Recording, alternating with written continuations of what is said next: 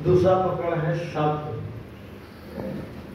तीसरा प्रकरण है ज्ञान ज्योतिषा, चौथा प्रकरण है विप्रमतिषी, पांचवा प्रकरण है कहरा, छठा प्रकरण है बसंत, सातवां प्रकरण है चाचर, आठवां है बेली, नौवां है विरोधी और 10वां है हिंडोला और अंतिम प्रकरण है साखी। ये 11 प्रकरण है। बीजक के अंदर ये 11 प्रकरण है, नाम 11 पाठ, अलग अलग भूमिका लेकर के सद्गुरु ने उसमें व्याख्या किया है, समझाया है, बताया है।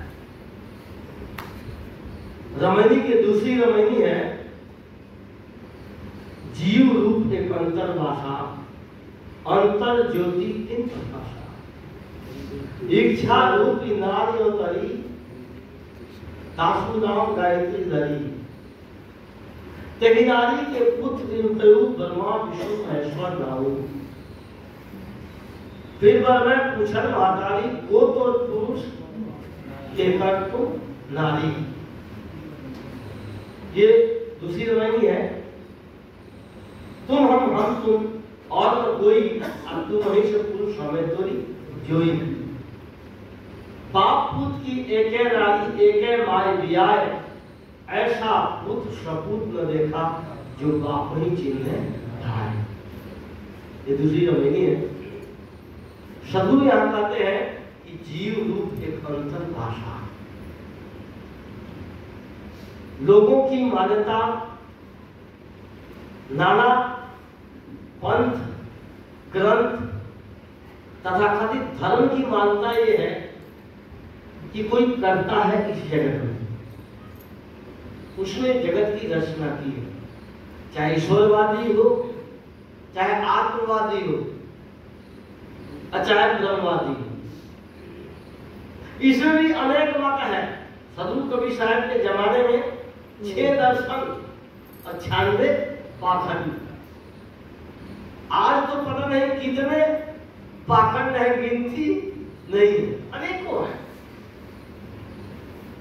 जब एक कबीर साहब की परंपरा में अनेक हैं और सब पूर्व मत वाले, कबीर साहब की विचारधारा में तो है नहीं, लेकिन पूर्व के जो मत परंपरा है तथा कथित कबीरपंथी उसमें जोड़ करके रखे।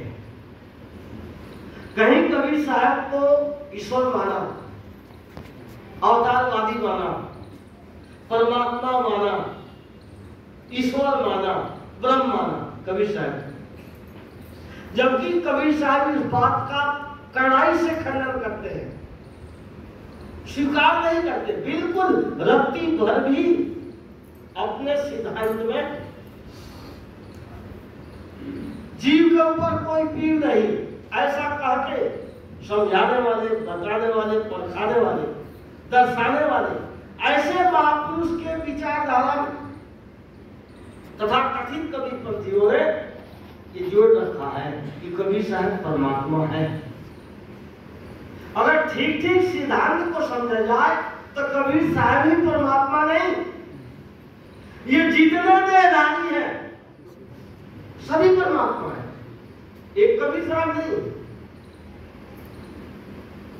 कीड़ी से लेकर हाथी तक जितने भी देहधारी है सब परमात्मा है। वे कबीर साहब मूल रूप में अपने आप को जीव दर्शाते हैं कि जैसा मैं हूं, लेकिन उनके जैसा होना, हम पहले अपनी कल्पना को छोड़ें, पहले अपनी मान्यता को छोड़ें, जो हमने अपने ऊपर जो कर्ता ठाप रखा है उस कर्ता को अपने चित्त से निकालें। गुरु इसी को दर्शाते हैं कि जीव रूप एकांतर भाषा, जो भी कल्पनाएं खड़ी होती है वो जीव के अंदर से खड़ी होती है। अंदर से मतलब संबंध में, जीव के अंदर तो कोई कल्पना है ही नहीं, ना स्त्री पुरुष की मान्यता और ना ईश्वर ब्रह्म परमात्मा की कल्पना जीव के अंदर नहीं है। ये जीव जब संबंध में आता है अपने स्वरूप के भूल के कारण कि मैं अविनाशी हूं, सत्य और सनातन मैं ही हूं, हमारे ऊपर कोई कर्ता नहीं है, ऐसा कहने वाला सिर्फ एक कबीरपंथी है जो बीजक को पढ़ता है। जिसने बीजक का अवलोकन नहीं किया, बीजक को ठीक से पढ़ा नहीं, समझा नहीं, वो अपने ऊपर कर्ता मानता है, अपने ऊपर ईश्वर मानता है, अपने ऊपर परमात्मा मानता है। इस जड़ में कोई मान्यता नहीं है, इस देह में कोई मान्यता नहीं है। जब ये जीव देह में रहता है तो पता नहीं कितनी कल्पनाएं करता है, भूत की, प्रेत की, देवी देवता की। अब तो आपको तो पता है ही, आप तो जानते ही हो। अगर इसी कल्पना को हम लेकर चलते रहेंगे तो इस जीव की मुक्ति नहीं हो सकती। जितने भी देहधारी हैं जन्म ऐसे ही जन्मते रहेंगे और मरते रहेंगे, छुटकारा नहीं मिल सकता। इसी गुरु दर्शाते हैं कि जीव रूप एक अंतर भाषा, भाषा का वासना, वासना जो खड़ी होती है जीव के संबंध में, मनुष्य शरीर में। मनुष्य शरीर में ये जो चेतन जीव है, ये मनुष्य शरीर में जब आता है तो कल्पना करता है कि इस जगत का कोई करता है, हमें भी उसने बनाया है। अपने आप तो बनता है, अपने आप तो निर्माण होता नहीं। लेकिन एक बात ऐसी है कि यहाँ के जो कार्य कारण व्यवस्था को जो हम नहीं जानते तो एक कल्पना होती है, क्योंकि ये मनुष्य का स्वभाव है। किसी भी अनायास वस्तु को देख करके वो कल्पना करता है ये बनी कैसे, यहाँ कैसे किसी स्थिति में है, तो देखता है कि यहाँ बिना बनाए कुर्सी नहीं बनती, कोई कुर्सी को बनाने वाला तो है। बिना बनाए यहाँ मकान नहीं बनता, कोई बनाने वाला तो है। जो मोबाइल हम आज लेकर हाथ में रखे हैं, इसको भी तो कोई बनाया है। ये तरह तरह की वस्तुओं को देख करके इसके मन में कल्पना होती है कि इसका बिना बनाए कुछ बनता नहीं है, यहाँ तो बनाई जाती है, यहाँ बनाने वाला है। लेकिन इसी प्रकार इस जगत के तरफ जब दृष्टि जाती है तो ये कहता है, ये जीव मनुष्य जीव कहता है, मनुष्य देहधारी ये कहता है कि इस जगत का भी कोई कर्ता है। इसके ऊपर सिद्धांत खड़े होते हैं। कर्तावाद का सिद्धांत इसी बात पर खड़ी होती है कि हम ये जो जीव है अपने आप को नहीं जानता, अपने आप को नहीं समझता, अपने आप को नहीं परखता, या ये कहें कि अपने आप को जानने की समझ इसके पास पैदा नहीं होती। इसलिए देवी देवता खुद बनाता है, मनुष्य ही बनाता है। मनुष्य के अलावा कोई पशु पक्षी बनाता हो तो बात समझ में आए। ये मनुष्य अपने हाथों से करता है, ग्रंथ भी अपने हाथों से ही बनाता है। तो इस शब्द शक्ति सिर्फ मनुष्य के पास है, भावना की शक्ति सिर्फ मनुष्य के पास है। किसी अन्य खाली के देहधारी है, उनके पास भावना की शक्ति भी नहीं है। पाली रमन में सदगुरु ने कहा कि अंतर ज्योति शब्द एक नारी, नारी के लिए भावना की शक्ति, शब्द की शक्ति, इच्छा की शक्ति इसके पास है, सिर्फ मनुष्य जीव के पास है, किसी और देहधारी के पास नहीं। इसीलिए यह दिखाई देता है कि जितने भी मनुष्य है अनेक प्रकार की कल्पनाओं में फंसे पड़े हैं, अनेक प्रकार की भावनाओं में फंसे पड़े हैं, अनेक प्रकार की मान्यताओं में फंसे पड़े हैं। मनुष्य के अलावा अन्य खाली तो जो देहधारी है उनके पास कोई कल्पना नहीं है, वो तो सिर्फ 5 विषयों के अध्यास है। उनका सिर्फ पेट भरने का अध्यास है, किसी तरह पेट भर जाए, शरीर की सुरक्षा हो जाए। नाम, भोजन, छाजन, मैथुन, भय, नींद और मोह, ये 6 पशु कर्म में ये जीने वाले देहधारी। मनुष्य भी उस में जीता है, लेकिन एक विशेषता है यहाँ। वो विशेषता किसकी है कि हम उसको समझते हैं, दुख को समझते हैं और दुख को समझ करके सुख के तरफ जाते हैं, कल्पना करके जाते हैं, मान्यता करके जाते हैं। इस मान्यता का जब नाश हो जाए तो शुद्ध स्वरूप को मिले। इसलिए गुरु कहते हैं जीव रूप एक अंतर भाषा, अंतःकरण हृदय में शुद्ध जीव का निवास है। और संबंध में अनादिकाल से ये जो संबंध है, कितने लोग पूछते हैं कि आप आज तो संबंध में हो। जो संबंध है ये अब का है कि सदा से है। ईश्वरवाद का निरूपण करने वाले, कर्तावाद का निरूपण करने वाले इस बात को कहते हैं कि जीव का संबंध अनादि का नहीं है, इसको किसी ने बनाया है, इस जीव की किसी ने रचना की है। अनेक मत पंथ है, विशिष्टाद्वैत, शुद्धाद्वैत, द्वैताद्वैत, अद्वैत, अनेक प्रकार की, ये 4-5 प्रकार की विचारधारा है। ये कर्ता कौन है? इन सारे विचारधाराओं को चलाने वाला, मानने वाला कौन है? ये मनुष्य देहधारी ही तो है। इसी के जीवन में कर्तावाद खड़ा होता है।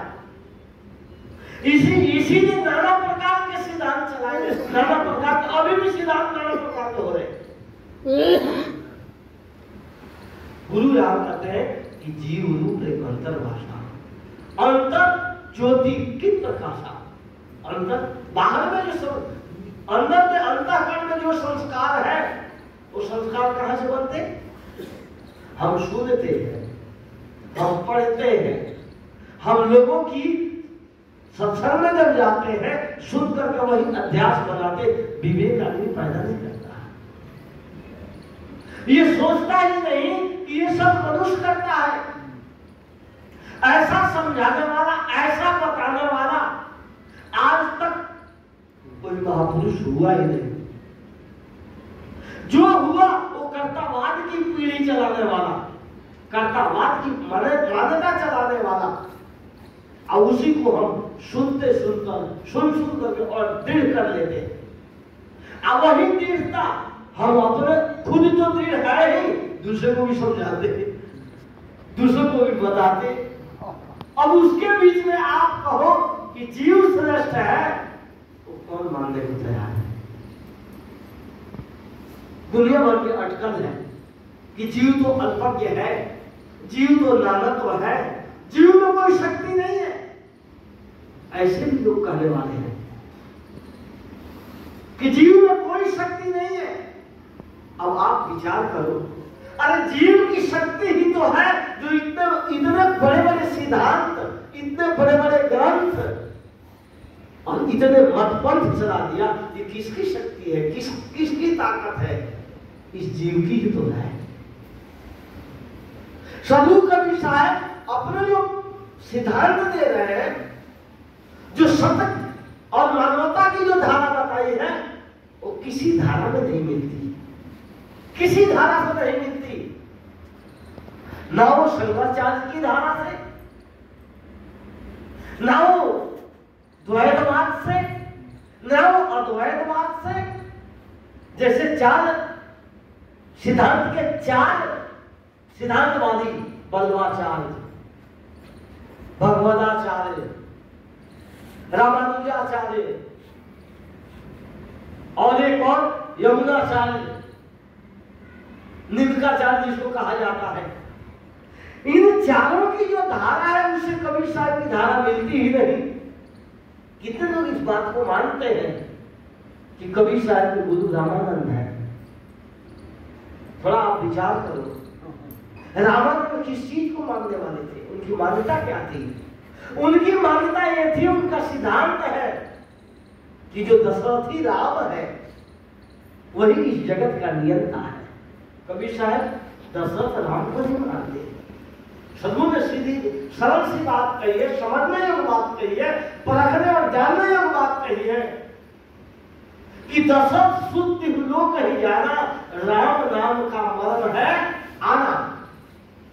ये पूरा तीनों लोग के जगत के लोग ये जानते हैं कि जो दशरथ सुत है वही राम है, वही जगत का नियंता है। ऐसा लोग मानते हैं, लेकिन ऐसा नहीं है। गुरु ये कहते हैं जो गुरु और शिष्य का जो सिद्धांत है एक मिलता है। जो गुरु समझते हैं वही शिष्य को बताते हैं, परखाते हैं, दर्शाते हैं।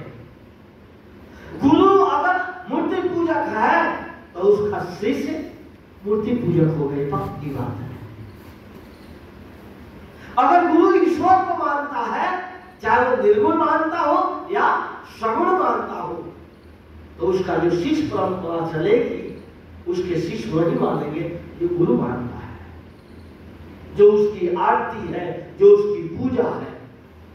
वो मानता मानने वाले ऐसा ही नहीं आते, तभी तो शिष्य परंपरा चलती है। यहां सदगुरु कबीर साहब के विचारधारा में आप देखोगे तो सदगुरु कबीर साहब मूर्ति के पक्के विरोधी, मूर्ति को नहीं मानते। बाहर के आप लोग जानते ही हो कि पहाड़ पूजे हरि मिले तो मैं पूजू पहाड़, ताते तो चाकी भली जो बीच आए संसार। ये सबको पता है। अगर ऐसा मान्यता मानने वाला अगर गुरु है और यही शिक्षा शिष्य को देता है तो कभी खंडन कर सकता है, कभी वो बात जो सिद्धांत है उसकी वो कभी तोड़ सकता है? कोई शिष्य नहीं तोड़ सकता। इससे सिद्ध होता है कि कबीर साहब के गुरु रामानंद नहीं है। अगर संस्कार रूप से देखोगे तो कहीं ना कहीं आदमी तो सत्संग करता ही है, कहीं ना कहीं विचारवानों के बीच में तो बैठता ही है। इसका मतलब ये नहीं हो जाता कि उसकी विचारधारा को पकड़ के चल देता है, ऐसा नहीं है। गुरु और शिष्य की परंपरा में बहुत अंतर होता है। जो गुरु समझाता, जो गुरु परखाता, वही उसको दृढ़ाता है, ऐसा नियम है। सुनने से सिर्फ बात नहीं बनती, जब उसके बात सुन करके जचती है उसके हृदय में, उसके विचार से, तब वो शिष्य बनता है, शिष्य का स्वीकार करता है। ऐसे ही सदगुरु कबीर साहब ऐसे नहीं, वो तो विवेकी है। प्रत्येक बातों के ऊपर कसौटी रखते हैं, प्रत्येक बातों के ऊपर ये कहते आप विवेक करो, आप विचार करो कि क्या सही है और क्या गलत है। ऐसा निष्पक्ष महापुरुष ये भी कहते थे कि मेरी बात पर विश्वास मत करना। यदि आपको अपने जीवन में, आपके हृदय में यदि बात जचती है तो उसको मान लेना, अगर नहीं जचती है तो उसको छोड़ देना। इतना निष्पक्ष कबीर साहब है। लेकिन आज देखा जाता है कि लोग देते हैं, लोग लालच देते हैं कि बस हमारे समझ में आ जाओ और आने के बाद क्या होगा, बस तुम्हें तो कुछ करना नहीं है, जो कुछ भी होगा करेगा वो गुरु कर लेगा। सोचने वाली बात है। थोड़े से लोभ के लिए ये तथाकथित शिष्य भी उदय भी हो जाते और तथाकथित गुरुआ भी ऐसे ही लोग देते हैं। ये निष्पक्षता नहीं होती। इसलिए गुरु ने कहा भवन जान बहु जान है, बूढ़े बहुत अचेत, कहीं कबीर ते बाची है, जाके हृदय विवेक। इसलिए आप विवेकी बनना। विवेकी का मतलब क्या होता है? तौलना। विवेक का मतलब क्या होता है? जैसे चावल में कंकड़ है और आपको दे दिया जाए, आप वैसे ही बना के खा लोगे। अगर ऐसा ही आप उसको आटा चावल बनाते हो तो जब खाओगे तो कंकड़ तो आएगा नहीं आएगा। मतलब क्या होता है? चावल से कंकड़ को अलग कर देना। नाम चावल है सार, कंकड़ है असार। चावल है शब्द और कंकड़ है अशब्द। चावल है चेतन और कंकड़ है जड़। इस मनुष्य जीवन में मनुष्य शरीर है, विवेकी होना जरूरी है। इसलिए सार को, सत्य को, चेतन को ग्रहण करके असार को, असत्य को और जड़ का त्याग करना, यही विवेक है। गुरु यही कहते हैं कि इन सारी बातों को जब हमारे दिल से हटेगी ये बातें, तब अपना स्वरूप का बोध होगा, तब अपनी पहचान होगी, तब अपना ज्ञान होगा, फिर भ्रम नहीं रहेगा, फिर किसी प्रकार का अज्ञानता नहीं रहेगी, अंधविश्वास नहीं रहेगा, क्योंकि अंतर्मुखता आएगी। और सहज ही अंतर्मुखता जब होती है, अपने स्वरूप का बोध होते ही बंधन छूट जाता है और ये जीव मुक्त हो जाता है। तो हमें ऐसा करना चाहिए। मनुष्य जीवन पाए हैं, मनुष्य जीवन पा करके निर्णय करना चाहिए। खुद निर्णय करोगे तब निर्णय होगा। किसी की बातों को सुन करके और उन बातों पर चलना ये तो ठीक है, लेकिन जब तक निर्णय नहीं होता, जब तक आपके अंदर जागृति नहीं आती, ज्ञान नहीं होता, तब तक आपको सुन करके विवेक करना जरूरी है, और तब अपने जीवन का कल्याण सहज ही हो जाएगा।